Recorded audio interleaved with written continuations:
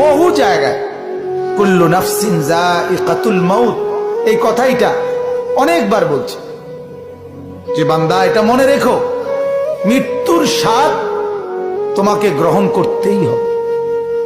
আল্লাহ তাআলা বারবার বলছে কুল ইন্নাল মাউতাল্লাযী তাফিররুনা মিনহু ফাইন্নাহু মুলাকীকুম। আল্লাহ পাক বলছে নবী আপনি বলে দেন যে এই মৃত্যু থেকে তোমরা পলায়ন করছো, ছুটতেছো, মৃত্যু থেকে বাঁচার জন্য এই হসপিটাল থেকে ওই হসপিটাল, এই জায়গা থেকে ওই জায়গা, বাংলাদেশ থেকে ইন্ডিয়া, ইন্ডিয়া থেকে থাইল্যান্ড, থাইল্যান্ড থেকে সিঙ্গাপুর, যেখানেই পলাও না করো ফাইন্নাহু মুলাকীকুম, মৃত্যু তোমার সাথে মোলাকাত করবেই করবে।